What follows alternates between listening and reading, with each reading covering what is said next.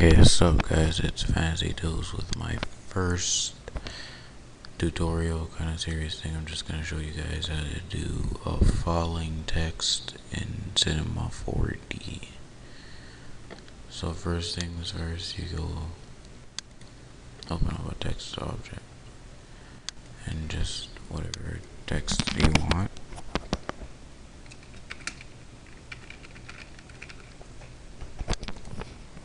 So I'm just going to put testing for now. Change the depth to 50 or whatever suits you. I guess I don't really need to change the font. Sorry, my computer's going a little bit slow.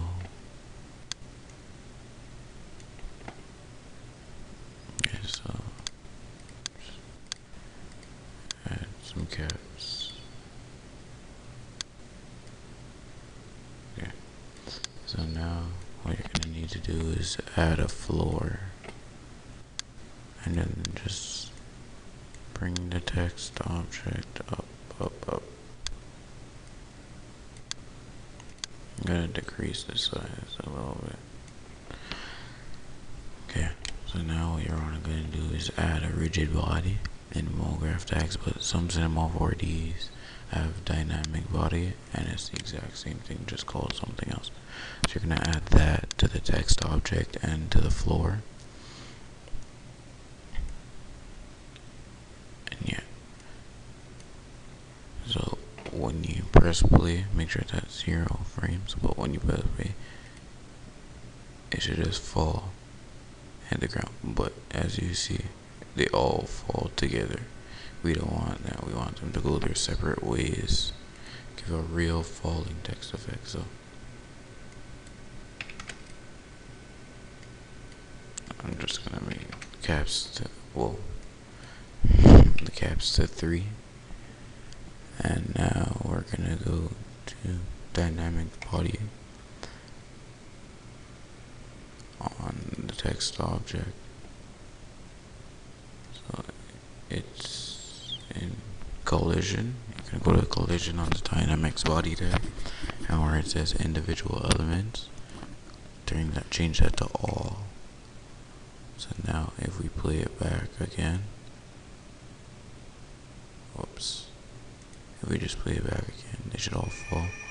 Well, they're all gonna go their separate ways. And there's the phone, so I'll be right back. Okay, so where were we? Yeah. So when you press play, they'll go their individual ways, and they'll just turn around. So now,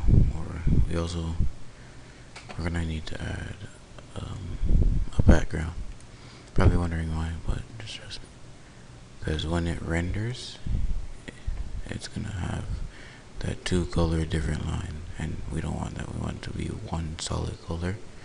Some people may, or a faded color. So we're gonna go to the background, click tags, and we're gonna go Cinema 4D tags, compositing, and we're gonna click compositing background underneath the tag, compositing tag.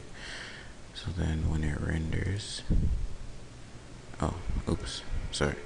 dragged it onto the floor, the compositing, so when it renders, it'll be one solid color. Okay.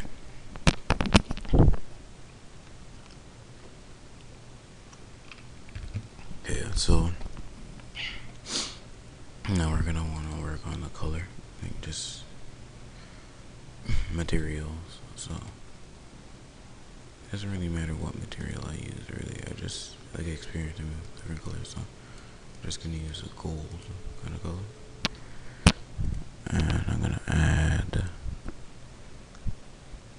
a gradient. I'm gonna make it just 2 different shades of yellow.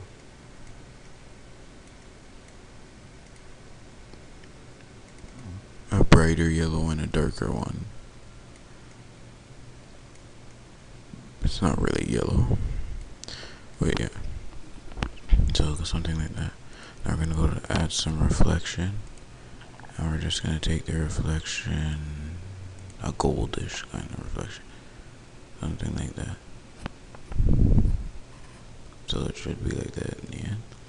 Now we're gonna just drag this onto the text object. So if we render it, it'll just look a little bit better.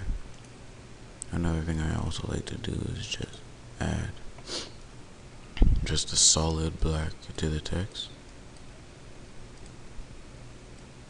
And we just drag that on there and go to selection and capital C 1.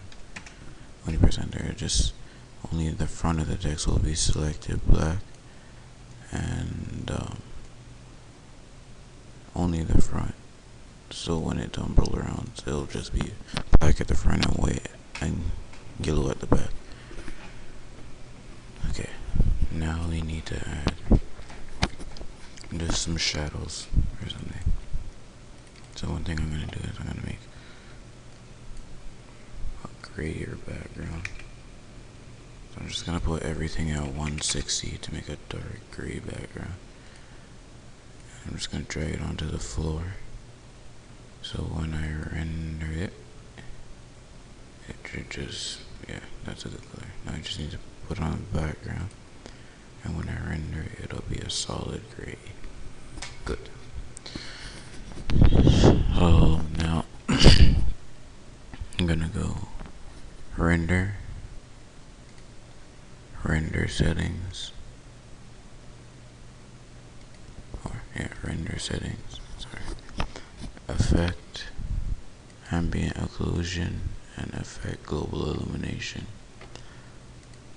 Now the ambient occlusion, I'd say change the contrast to about 10 and the maximum ray length to 150.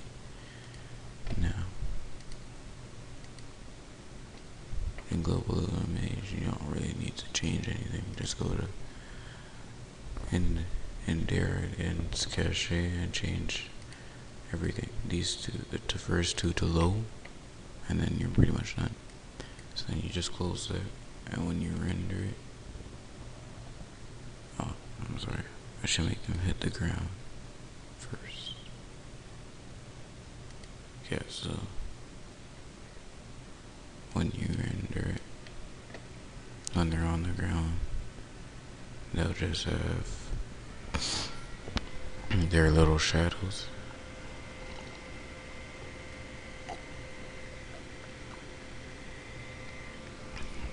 Now it does take a while to render, so I'll come back when it's done. Okay, so my apologies.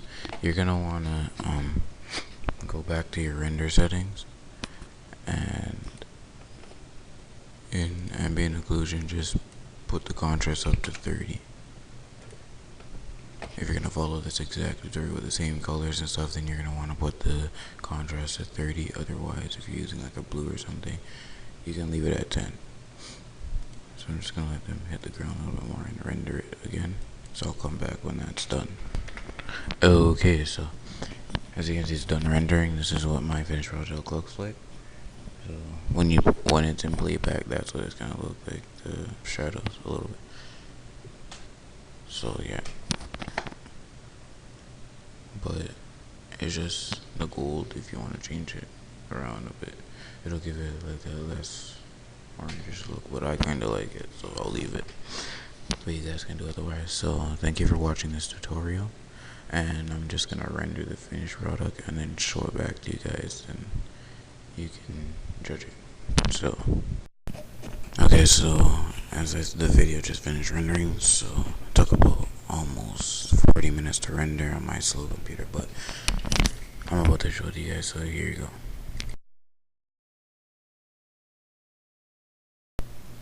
Okay, so that was the finished product. So just leave a like, drop a comment, and if you haven't already done so, please subscribe.